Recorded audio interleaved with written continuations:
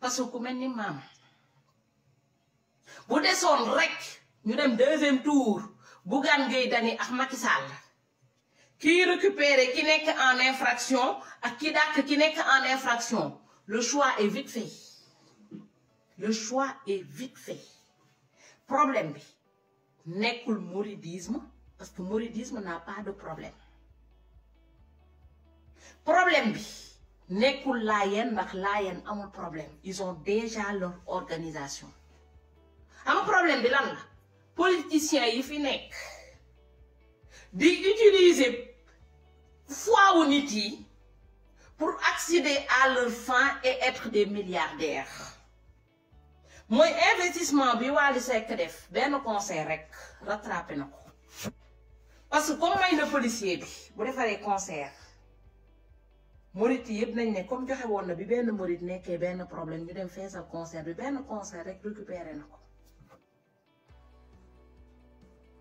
mooy li muy def ni c'est un investissement si vous pensez que dafa mel ni ku def sponsoring lay def mooy policier bi day may ci policier bi pour que nit yi mën a xam ne maye woon na mbokk policier bi xam ne maye woon na xaritam yi ñi bokk ci confrérie bi yëpp pour bu organiser concert def na publicité ba pare ñoom dañuy dem ci concert bi c'est une publicité au fait boo leen demee ci télévision Youssou Ndour boo leen bëggee ña fa leen publicité boobu vous payez non boo leen demee ci télévision Bougane Gueye Dany boo leen bëggee ña fa leen publicité boobu vous payez c'est la même chose ils sont venus pour faire une publicité via ce policier-là. Léegi le policier lui-même, j'ai écouté son interview. Foofu nag lan lay neexee. Yow tu fais une infraction, on te vire. Tu te justifies pour dire que ne am na ñeneen ñi nga xam te ne defoon nañ ko. Mooy maam mu am ku sàcc Macky Sall jàpp ko. Keneen sàccaat Macky Sall jàpp ko. Léegi maam ñëw sàcc ñu jàpp ko. maam ne lu tax jàpp ñu ñeneen ñi non parce que yow yaa amul chance moo tax yow ñu dàq la yow yaa tombé ci mauvais humeur Macky Sall moo tax Macky Sall boule la c'est pas parce que dàq ñu ñële que yow tu n'es pas en infraction comparaison n'est pas raison tey il faut ngeen woon policier bi que ne il faut que ñu démarrer Macky Sall mu ngi doog a démarrer sanction yi il fallait qu'il démarre malheureusement c'est tombé sur lui am nañu amul chance ndeysaan première sanction rek ci ñoom lay tombé léegi genre yooyu noonu comme si policier bi la tombé na encaissé léegi nag liñ koy may na xam ne deful retraite dundalu ko à vie bu subaa bu feebaree foofu rek lay xaar bu feebaree gis ngeen fi ay ñi liggéey hôpital ñu feebar ba handicapé amuñu ko leen di faj ton travail était sûr parce que c'était à durée indéterminée yal na la Bougane Gueye Dany jël la à durée indéterminée bu ko neexee sax mu def 3 fois le salaire c'est pas très grave c'est un chemin de moi mais c'est une bonne leçon pour ñi nekk fële wan leen ne fanatisme defarul dëkk monde bi yëpp terrorisme la ñuy xeex monde bi yëpp ñu ngi jéem a réguler pour que nit yi ànd ak seen xel gëm ak xel ñoo ànd la raison boo demee ba ëppal ci sa ngëm àndatoo ci raison c'est que ce n'est plus normal moo tax lu nekk nee nañ la naan ba mu ëpp ndox bàkkaar la lekk ba mu ëpp bàkkaar la boo fi toogee tamit nga war a dem liggéeyi nga ne danga fiy toog matin midi soir ne dangay ñaanal yàlla bu ñëpp defoon ne yow dëkk bi du avancer dans un pays il faut qu'il y ait des gens qui vont aller dans les champs mu am ñu toog ci bureau yi mu am ñiy bale pour dëkk di set léegi bu ñëpp toogoon seen kër ne déedéet ñu dañuy toog di ñaan yàlla moo tax ma ne même ñaan ba mu ëpp sax bàkkaar la dañ ko war a entraîner moo tax yàlla ne liggéey sax ci jaamu yàlla lay bokk nga signé contrat nga ne sa contrat telle heure ngay ñëw lii ngay wàcc lii nga ci war a liggéey nga waxanteexu nit ki ba mu leer naññ waxtu liggéey bi jot nga wàcc liggéey boobu noonu dem def ci leneen bàkkaar la parce que respecté woo sa parole. Le policier n'a pas respecté sa parole, il n'a pas respecté son engagement envers la patrie, envers Macky Sall.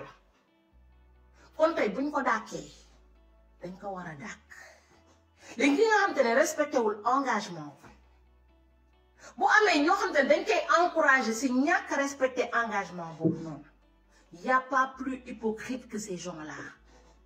wala xëy na dañu xamul seen ak seen yelleef te boo xamulee sa ak sa yelleef munoo xeex sa ak sa yelleef te dans ce cas-là je comprends lan moo tax suñu président Ousmane Sonko buy wax ci pétrole bi di wax ci gaz bi di wax ci zircon bi le message ne passe pas parce que nit yi xamuñu seen ak seen yelleef ils connaissent pas leurs droits et leurs devoirs li nga signé ci contrat travail ak liggéey bu mu munti nekk nit ki di la fay heure pour nga defal ko bii liggéey nga wàcc ci fay heure boobu noonu dem def ci sa soxla. hôpital Le Dantec bi douze yu xant yi pendant des années ay maamam sax dañuy dem ci douze yu xant ya di ci jonkon bu ñu demee faju ji hôpitalu Guédiawaye bi bu ñu demee faju ji Le Dantec waa li déglu ko de loolu intéressé wu ko. bourse étudiant yaa ngi génn ci mbedd bi di dóorante ak politiciens yi pour jot seen bourse yi te étudiant yooyu ñoo war a jot Sénégal ëllëg loolu intéressé wul Waly intéressé wul Bougane Gueye Dany de mais comme xam na ne mbote yi lii investissement la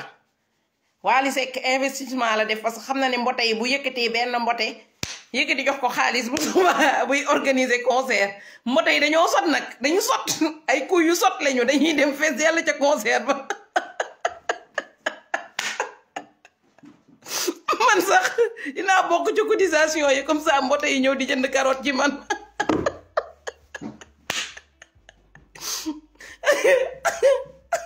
non Sénégal bëggoon naa ci bañ a wax de sama ñi nga jaamu séeréer bi dem maam waxal ci sa buur bi réer jey na ba saw bëggoon naa ci bañ a wax mais xoolal man affaire bi dama def réeka quoi non lii mooy liberté nag lii mooy liberté d'expression lii mooy xoolal gars yi dañ leen ko nangul la Bougane Gueye Dany ak maa la ko nangul man bu ma nekkoon Macky Sall ay Macky Sall bu ma jëloon conseillère ni nga xam ne lépp dëgg la damay jël le lendemain ma xool ci photo yi ngeen partagé taliban yëpp yi ngeen partagé ay policiers yu doon suq yëpp mu jël ñëpp viré leen nag ne leen gisoon naa ba pare avec des preuves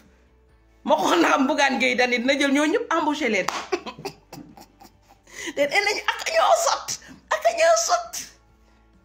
mais benn rek lañ dàkk ngeen sot léegi am na ñeneen ña nekk ci biir parce que wane nañu photo ña doon suq yëpp Macky Sall bul yem ci kooku demal def boo demee dugg Google kii YouTube nga tapé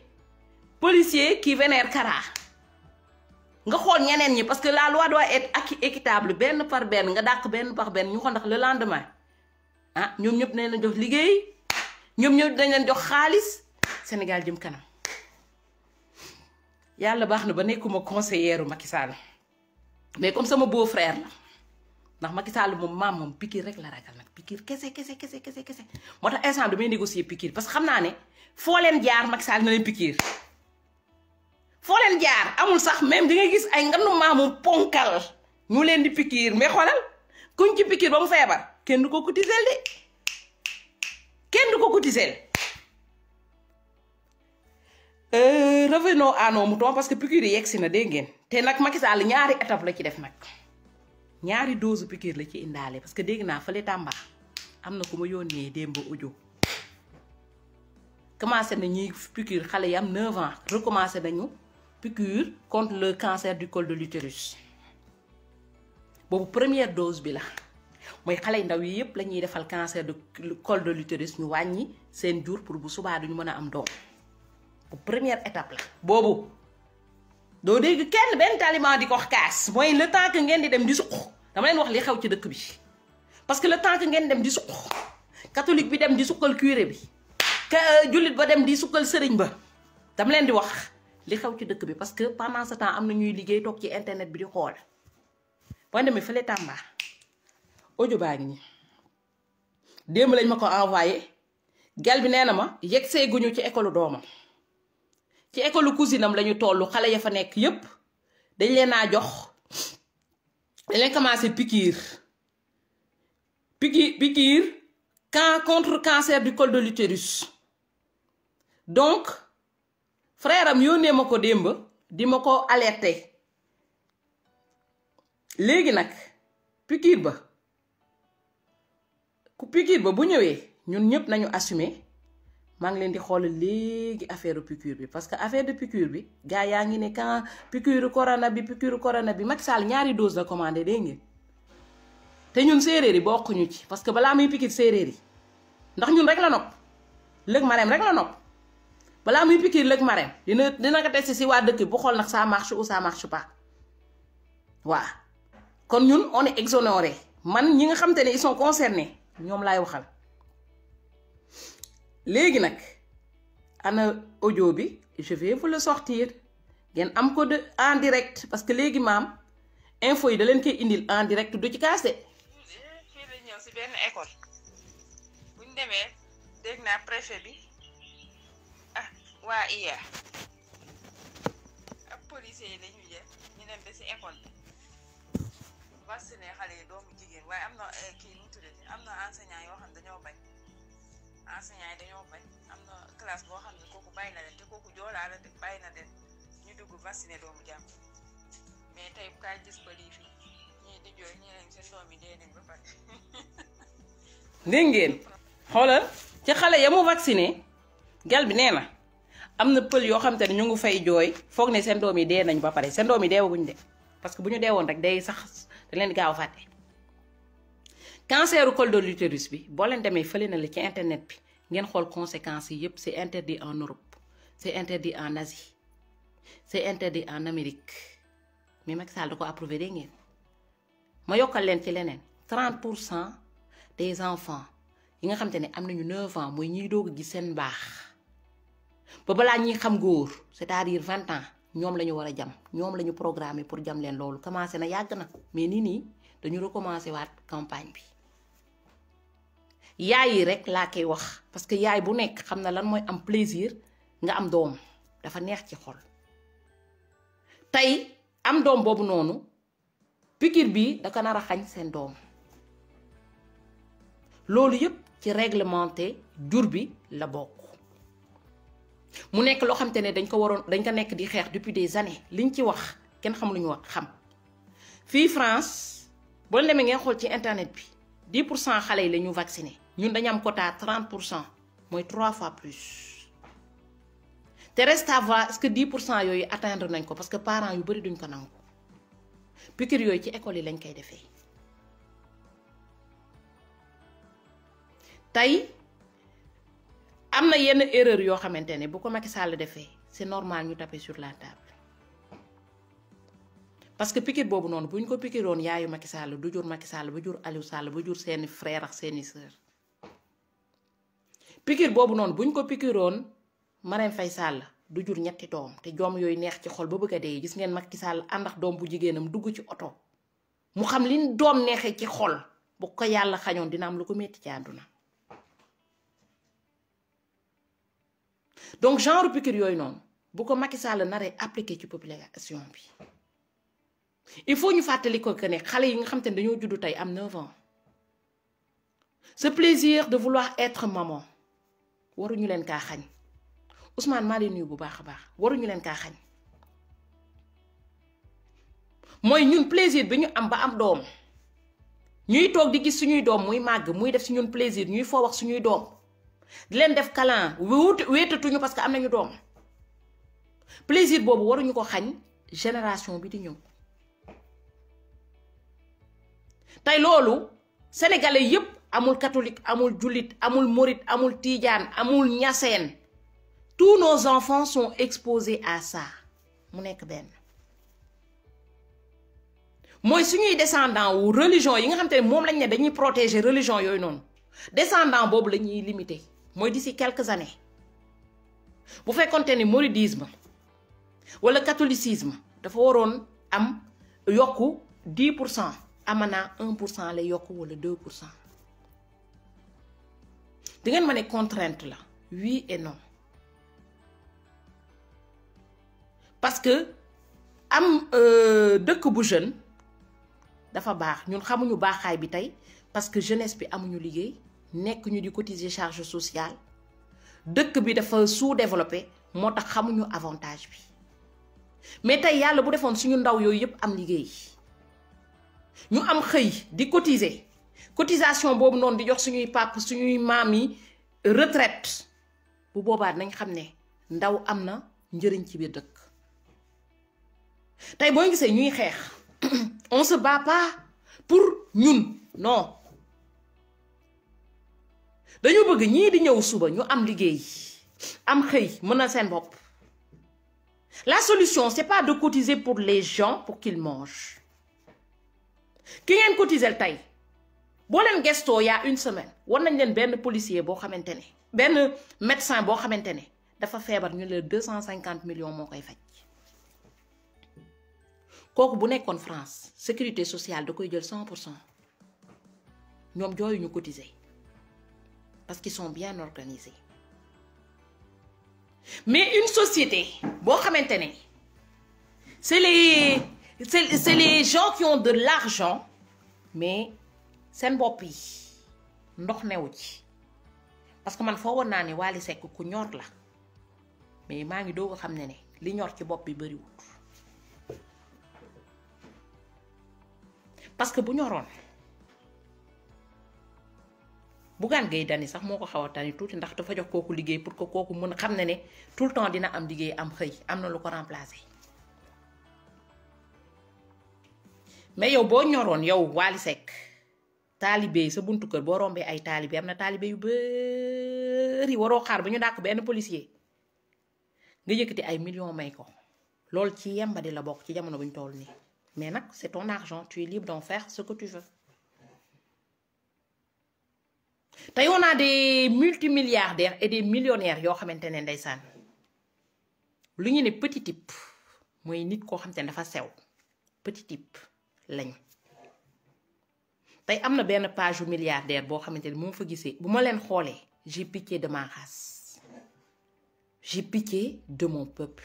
boo demee ci page ba ñu ngi fay nekk di wayaan mu yëkkati xaalis bi leen sànni comme des déchets parce que vous êtes des déchets waxoo leen nit ki mu créer emploi ngeen dem liggéey pour ngeen mën a cotiser retraite bu subaa ngeen mën a am retraite yéen ngi xalaat millions yu mu leen di may tey boo leen paree ngeen jënd ci greffage jënd ci yëre jënd ci dàll bu subaa ngeen des ci ndóol bi loolu mooy dof tubaab buy dund day prévoir tey ak suba moo tax ngeen des ci ginnaaw ama pendant ce temps qu'est-ce qu'ils font eux ils viennent investir chez nous parce que xam nañ ne l'argent est fait pour investir ils sont pas aussi cons que Wally Seck man lu ma neex ci tubaab mooy day investir du sànni xaalisam ils investissent ils ne jettent pas leur argent par la fenêtre yéen ba ne 5e puissance mondiale ñu ne la France te amuñu géwél amuñu mbay peex duñu sànni seen xaalis duñu ndawtal mariage yi dañ ko réglementé ngénte yi dañ ko réglementé dëj ba sax dañ ko réglementé far moo ñu ngeen naan dañu bëgg indi culture franc-maçon yi parce que lu ñu leen wax rek ngeen ni culture franc-maçon yi lañ fi bëgg indi ñu nga culture franc-maçon boobu noonu moo gën téeméeri yoon seen culture parce que culture franc-maçon yi boo ñëwee ci dëkku franc-maçon yi amul benn xale bu nekk ci mbedd bi taxawaalu ñoom ñëpp ñu ngi jàngi école culture franc-maçon boobu noonu seen doom yi ngeen xamante ne moom ngeen teg ci mbedd bi ñuy yelwaan bu ne newoon tànn leen entre deux cultures dañ leen ne culture franc-maçon bi la ñuy dem ndax foofu xale yi nekkuñ ci mbedd bi taxawaalu te ku feebar dañ lay faj mooy xale bi gën a tuuti Sénégal sax si tu lui demandes de choisir entre le pays des francs-maçons et le pays du Sénégal pays franc-maçon ba lay tànn. Vous voulez que j'aille plus loin? yéen si seen bopp ñiy xeex franc-maçon yi bu leen ne woon tànn leen jox leen visa gratuit ne leen dem leen ci dëkku franc-maçon yi tànn leen ci dëkku Sëñ Touba wala dëkku franc-maçon yi yéen ñëpp da ngeen di màbbu dem ca dëkku franc-maçon yi parce que une bonne partie ñu ngi ca dëkku franc-maçon yi parce que ku feebar dañ lay faj ku xiif di nga lekk. Vous voulez que j'aille plus loin? dafa am foo xamante ne buñ fa bëggee foo de maa li nuyu bu baax a baax buñ fa bëggee jongalanteex ñoom dañoo war a wane lu ñu mën te lu ñu mën ñun ñoo ko waneegul ñun ñoo jël ndaare 25e pays le plus pauvre au monde loolu doyule ñu ne la dëkk boo xamante ne Sëñ Touba fa la dëkk nee ngeen moom ngeen di représenté maam Seydina Issa Laye fa la dëkk ñun moom la ñuy représenté Baye Niass fa la dëkk ñun moom la ñuy représenté ñu ne la moo nekk 25e pays le plus pauvre au monde rusaguñu ba léegi de def ñu gàcce ñun dañ koy ndamoo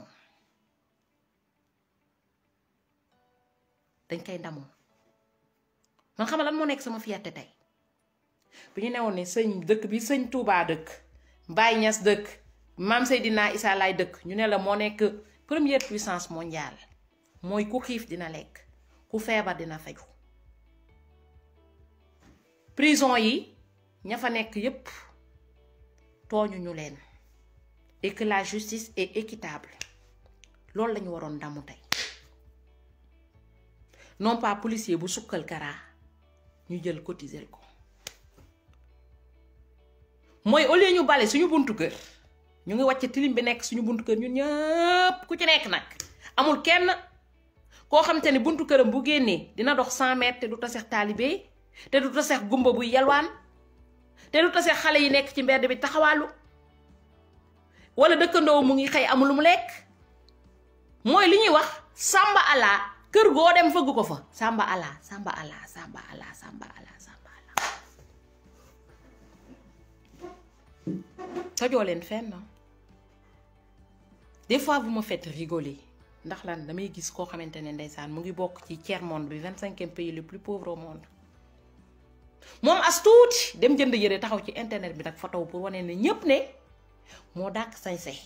ñu topp like te une bonne partie bu ñu añee duñu reer naxoo leen kenn seen bopp ngeen di nax léegi naxambaay bi ñuy nax suñu bopp tant que mu ngi continuer ñu ngi des ci 25e pays le plus pauvre au monde tey on a le pays le plus hypocrite ku leen wax lu leen neex ñu toog fi di tàccu ku leen di caresser ngeen ñëw di tàccu moo tax les gens comprennent tey boo gisee buggaa ñoom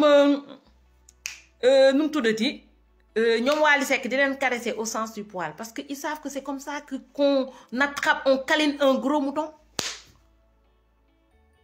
da leen di câliner leen ba am lu ñu bëgg iri leen ba am lu ñu bëgg Macky Sall câliner leen ba nekk président de la République Wally Seck gis ko Bougane Gueye Dany mu wër Sénégal parce que moom physique am si boppam moo attirant wul au fait ça donne pas envie d'aller voter loolu yàlla kay def dafa am ñoo xam te ne am nañu feeling buy attirer ay nit am na ñoo xam te ne ils ont beau faire y a rien qui peut attirer le monde mooy barrière Bougane Gueye Dany moo amul bayre mooy cafka bi nga xam te ne moom la suñu président Ousmane Sonko am malheureusement amul ci moom parce que yenn saa dafa am loo xam te ne dañ koy sentir ci nit te loolu nga xam te ne mooy moom la nit di sentir bay ñëw ci yow ba mbooloo bi di ñëw ci yow loolu moo nekkul ci Bougane Gueye Dany loolu nag kenn du ko tricher yàlla moo koy may nit tey même bu joxee policier bi li mu koy joxoo du tax mu jël wërsëgu président Ousmane Sonko loolu mënul ne bu demoon toog ci télévision bi saaga du tax mu jël wërsëgam parce que nit ñee ko bëggal seen bopp. bu defoon naka sudul noonu tamit naa ko wax Bougane Gueye Dany yi nga policier bi nga xam te ne c'est un gars opportuniste parce que ba ñuy dóor population bi il était là ba ñuy torturer il était là bu campagne électorale jotee Macky Sall bu ko joxoon ni milliards fàtte na la ko Bougane Gueye Dany joxoon parce que c'est ça le mouton il pense qu'à celui qui lui donne à manger aujourd'hui. ñi nga Macky Sall dafa xam nu ñuy dresser mouton xam nu ñuy dresser mouton xam nga gisoo leen Macky Sall instant bi di génnee xaalis vous ne le voyez pas sortir de l'argent parce que da leen dafa maîtriser ay mouton wam. Macky Sall day xaar ba période élection jot mu doogay commencé di génne ngooñ bi instant bi mouton yi da leen di fëgg ba ñu tàppet ragal a génn manifester ragal a génn def lu leen neex man Macky Sall nee naa la moo dàq dressé ay mouton Sénégal te dara du yëngu ndeysaan gisoo kenn di ko xorom dàq na policier ba de mais kenn xoromu ko maam mi ko approuvé la ñuy xorom posté ko postay mbokkam postay doomam ni waa jërëjëf yéen da ngeen neex a utiliser maam utiliser wu leen te duma leen mos a utiliser parce que je vous considère comme des hommes xam nga ñan ñoo leen di utiliser ñoom Wally Seck yi yëkkati xaalis di leen jox parce qu'ils vous considèrent comme des moutons dañu dugg ci seen maay nii pour utiliser leen pour que seen concert mën a fees pour que ñu mën a am ay militants parce que c'est comme ça que ça marche chez les moutons. Mouton du déglu ku koy wax dëgg de déedéet ku koy caresser rek lay topp ku koy naan yow la. Bougane Gueye Dany s'il est aussi abruti pour récompenser un gars qu'on paye avec l'argent du contribuable bu dem sukkal Modou Kara Mbacké, c'est que il est vraiment inapte pour être un président de la République du Sénégal. tey mun naa leen wax ne Bougane Gueye Dany il est même pas capable d'être un maire à Guédiawaye mbindaanu Guédiawaye sax il est même pas capable parce que acte bii nii Macky Sall en une fraction de seconde a tué Bougane Gueye Dany amul sax fu mu koy jaar amul fenn fu muy jaar Macky Sall dafa mën a tuer opposition en une fraction de seconde. Macky Sall won na leen ne won na Bougane Gueye Dany won na Sénégalais yëpp devant tous les Sénégalais jox na leen preuve buy wane ne Bougane Gueye Dany c'est un opportuniste de première catégorie te jógewul sax palais bi jógewul palais bi deful dara xam nga ji nga Macky Sall dafa mën a dóor traître Macky Sall dafa mën a croiser traître Macky Sall dafa maîtriser ay moutons xam nu ñuy iree mouton au moment opportun ak lu ñu nee mouton bi demal topp ji ki nga keneen tey dafa jël Bougane Gueye Dany dafa ne siif dàq parce que c'est qu'il a raison Macky Sall xam na ne 1000 fois fu ko policier bi yóbbu ci àdduna il a raison ministre de la justice xam ne fu ko policier bi yóbbu ci àdduna ils ont raison tey là où ils ont raison Bougane Gueye Dany kooku nga xam te ne il a commis une infraction qui a été sanctionnée par l'État sénégalais Bougane Gueye Dany récompensé ko yéen ngeen foog ne c'est parce que Bougane Gueye Dany dafa bëgg mouridisme c'est pour vous utiliser na nga xamante ne noonu la ñoom Cissé Lo doon def di leen utiliser ñii di indi ay gerte ku nekk dafa am feemam ñii dañuy indi gerte période ni ñu koy waxatee béy bi ñii dañuy xaar ba màggal Tuubaa jot ñu indi ay nag ñii dañuy xaar ba ñu offensé benn petit ministre ñu dem def seen feem ministre de l'intérieur xam na ne ba marché ba lakkee au lieu mu yóbbul xaalis ba waa marché ba dafa ñëw teg ko pour wane ne moom dafa bëgg Tuubaa sukk ba ci suuf te moom catholique la déggoo ma ne leen maam bu nekkoon Sénégal ñàkk liggéey day dem tuub ne murit la comme ça commencé di wax ne Macky Sall li mu def dem sukkal Kara bu ko defee ngeen cotiser ma riche tout de suite. dem naa ci Google ba ma tapé benn njaago boo xamante ne j'en suis sûr que gëmul li muy def dafa dem tuub pour ñu cotiser ko taxaw ci internet bi wow parce que c'est ça qui marche. Ils vous utilisent.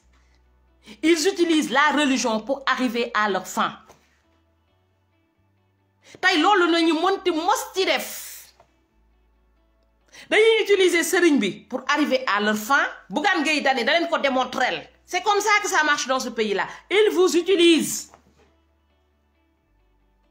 Tay yéen ñoom ay xar lañ leen teg politiciens yi teguñu leen ngeen nit. Maam bu ñëwee ne leen ne du nii la ñuy doxalee. C'est pour votre intérêt. Parce que ñii buñ fi toogee waxuñu lu neex sëriñ bi de ñoom lu leen neex ba seen doom yi doon milliardaire. Ana Abdou Diouf da doon jaamu sëriñ si mais ba mu jëlee ba mu paree mandaawam fu mu dem France la dem ak njabootam. Est-ce que gis ngeen ko muy ñëw di jaamu? Quand ils ont besoin de vous utiliser dañuy jaamu. buñ leen soxlaatulee dootuñu leen jaamooti dañuy dem toog fële. Tay lu tax ma côté boobu ma fansi Macky Sall balaa muy dem daf ñuy won ñan ñooy traître yi. Macky Sall balaa muy dem daf ñu tegal suñu défaut yëpp ñun la société sénégalaise nañu lii mooy seen défaut yéen nii ngeen mel. yéen a bëggul yoon yéen bëggoo leen droit yéen mënoo leen xeex seen ak seen yelleef intéressé wu leen yéen bëggoo leen dara ci àdduna. loolu la leen di Macky Sall di démontrer benn par benn doomu Macky Sall sax bu demee Touba bu sukkee si suuf gëmu ko mais pour xëcc ay mbote pour mbote yëpp ne dafa yaru day sukk ci suuf parce que c'est comme ça que ça marche dans cette société. Tey sonnoo leen politicien bu ñëw utiliser leen politicien bu ñëw utiliser église utiliser jàkk utiliser Touba Tiwaawoon Ndiassane politicien bu ñëw utiliser leen bu paree dem wocc leen ak seen taalibe yi ndóol. nekkul rek ci Touba. Tey boo leen demee fële na le ca église u Géejuwaay ba ña fa nekk yépp ay mbote lañ. Aliou Sall da leen di joxe ngooñ dégg ngeen ñoom ñëpp ay mbote lañu. Y a pas que là li mbote c'est dans tous les sens. Cochon sax xam na ne yenn catholique yi bu ñu leen joxee ngalax catholique li mu ñaan bariwul mooy ndeysaan moom suukaru pak rek boo ko amee moom li mu il demande pas grand chose quoi pak rek na am suukar bu paree mu woteel la ndeysaan ñoom bu pak jotee ñu indi ay saaku suukar ñëw tegal leen. boo leen bëggee sax ñu yokk ci tuuti buy ak tigadeg comme ça ngalax bi gën a neex. Élection bu jotee yéen vous ne coûtez rien du tout mor yombale boo leen demee fële na le fi ñu ne Yoof foofu 15 millions la fa Juufi Saar joxe pour ñu ngalax pour mun a am ay mbote. Sénégal yeewu leen ñi ñuy jox ñuy jënd suukar pour ngalax seen doom yi ñu ngi ci mbedd bi amuñu liggéey. ñi leen di jox ngalax bu ñu paree di leen rombax ay oto yi jar 200 millions. Ils utilisent votre religion. Vous montrez qu'ils aiment la religion. Que gëm nañ ko. Yéen gisoo leen ni Macky Sall bu demee Touba ni muy yaroo ni xaru yar ne nii. Te ba léegi mënuñu yeewu. Macky Sall ku ko yóbbu woon Popenguine dina la newal nii au nom du Père et du Fils et du Saint-Esprit pour am mbote. Jaral na leen ko. C'est ça la politique sénégalaise. Ñun lañuy utiliser ñun ils nous utilisent soxna maa leen nuyu bu baax a baax dañuy utiliser ñu nekk fi di rayante maam bëggul diine maam day xeex diine maam deful lii ñii dañoo faale diine. Macky Sall faalewu leen mun naa ni Bougane Gueye Dany faalewul diine xaar leen allo.